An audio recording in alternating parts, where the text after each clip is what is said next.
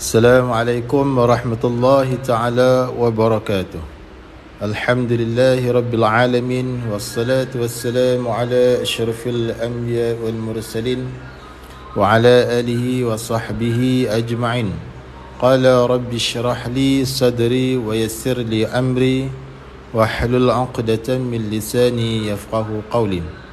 Subhanaka la ilma lana illa ma 'allamtana innaka antal alimul hakim. Wala hawla wala quwwata illa billahil aliyil azim.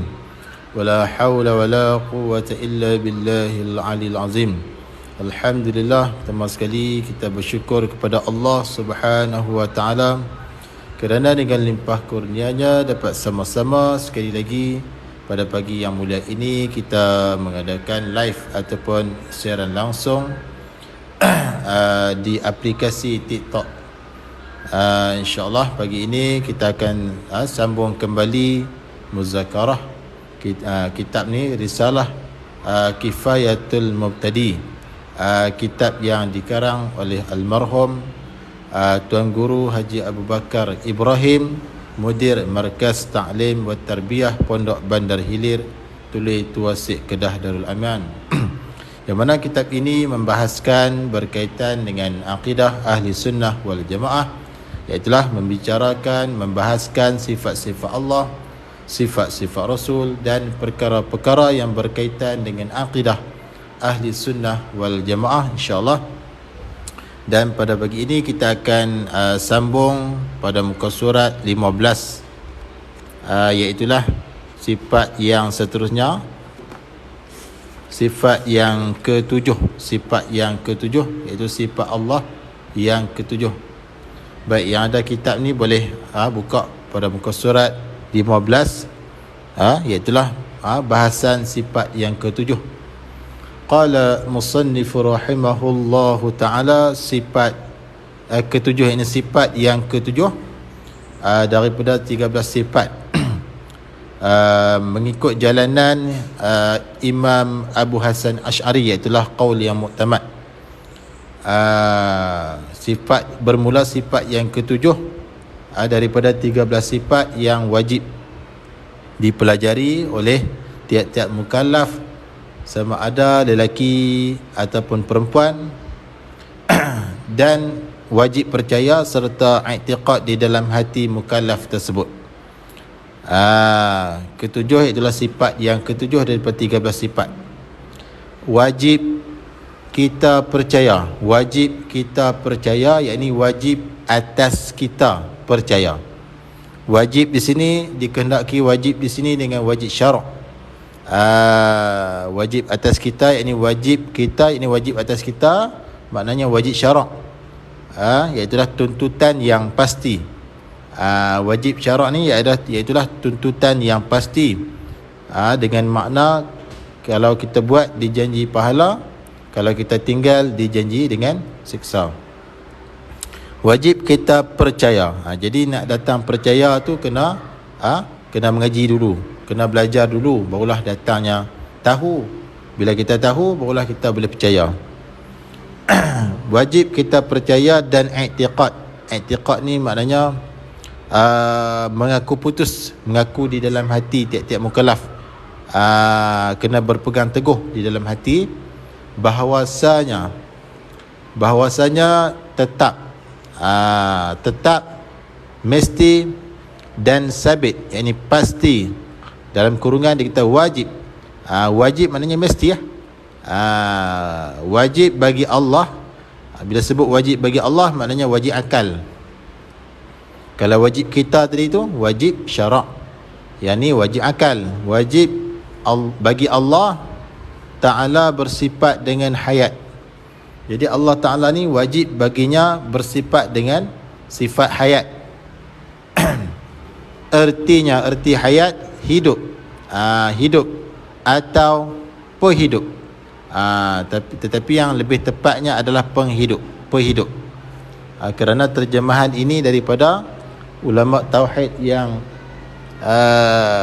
begitu hebat, begitu masyhur suatu ketika dulu, yang dipanggil dengan panggilan Pak Da'i Mekah, iaitulah Almarhum menterjemahkan dengan penghidup.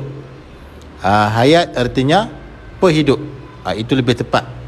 Kalau hidup tu terjemahan daripada kitab-kitab Jawi, kitab-kitab turas yang lama-lama dululah. Baik. Iaitu hayat tu, penghidup tu. Satu sifat yang ada. Jadi penghidup itu adalah satu sifat yang ada.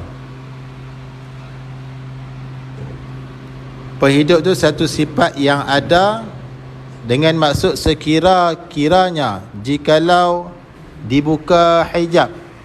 Sekiranya jikalau Allah Ta'ala buka hijab, buka dinding, nescaya kita dapat melihat sifat hayat tersebut dengan mata kepala kita. Baik. Iaitu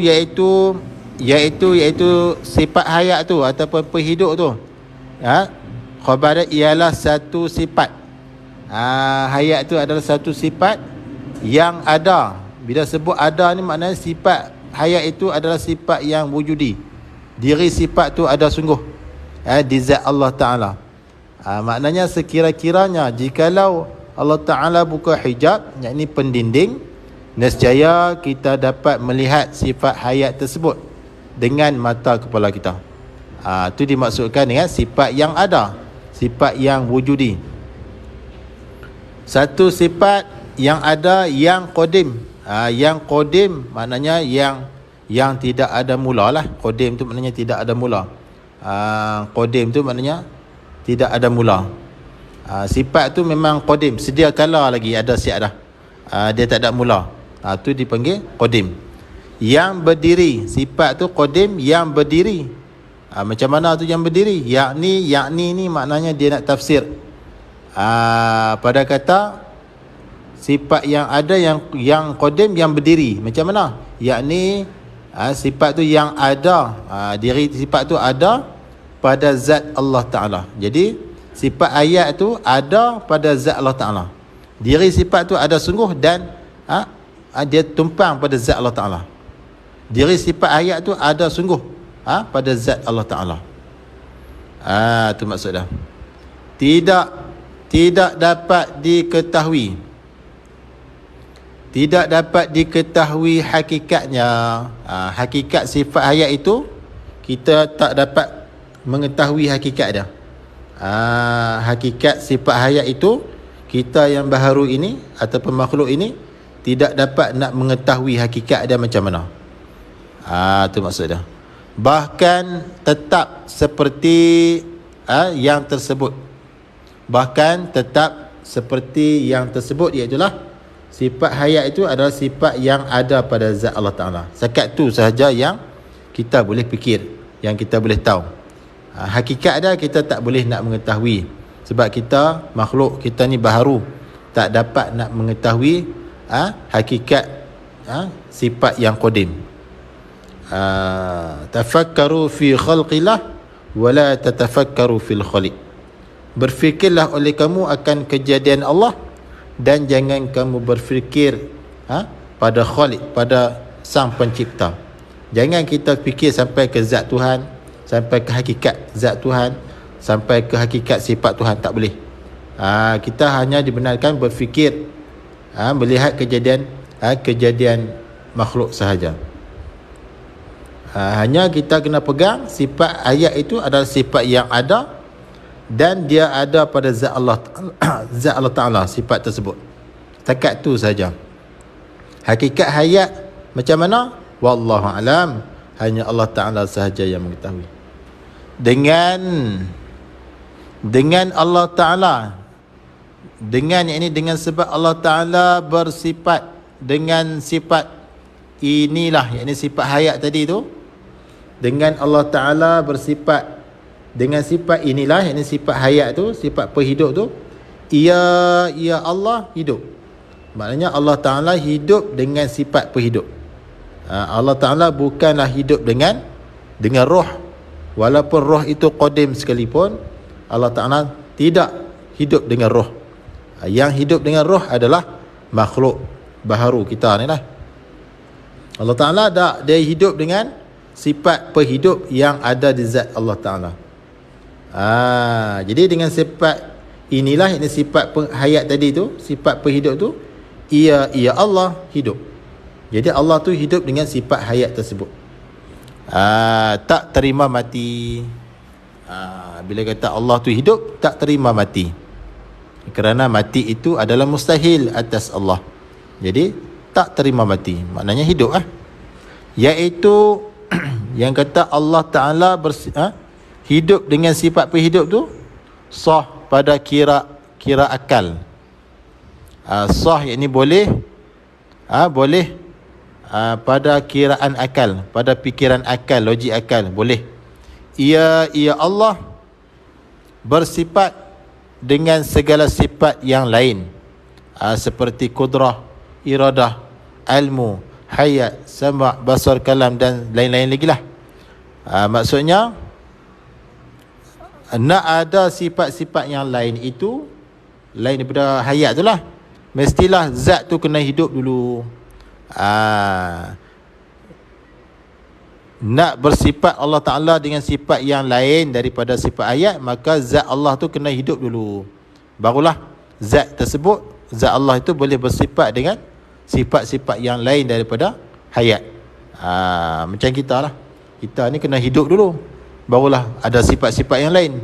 Kalau zat kita tak hidup, macam mana nak bersifat dengan sifat yang lain? Tu. Jadi sah pada kiraan akal, logik akal, fikiran akal kita boleh terima lah.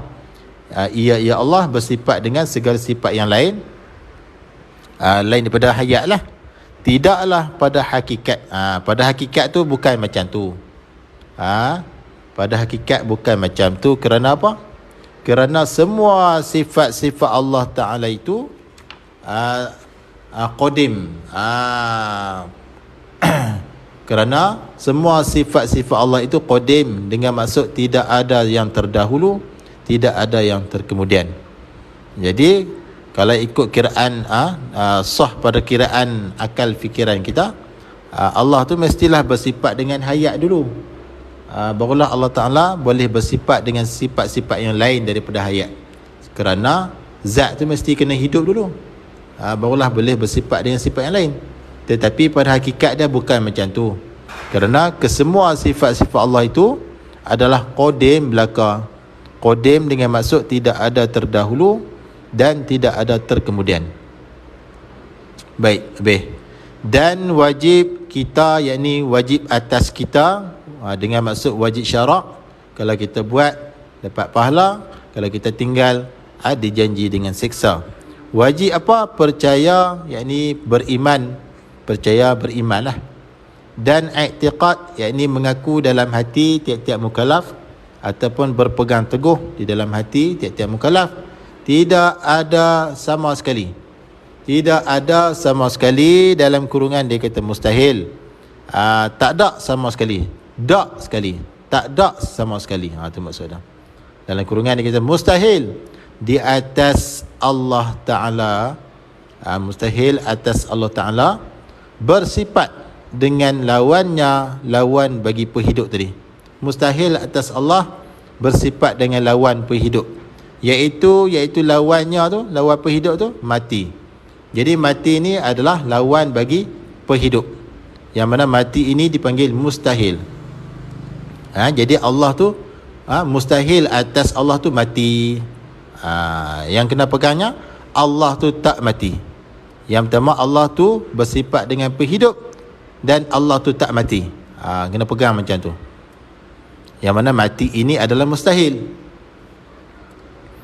Dalil, bermula dalil, burhan, setengah kita panggil burhan, ataupun bukti percaman atas yang demikian itu, yang mengatakan Allah tu bersifat dengan penghidup dan Allah tu tak mati tu. Mana ada dalil?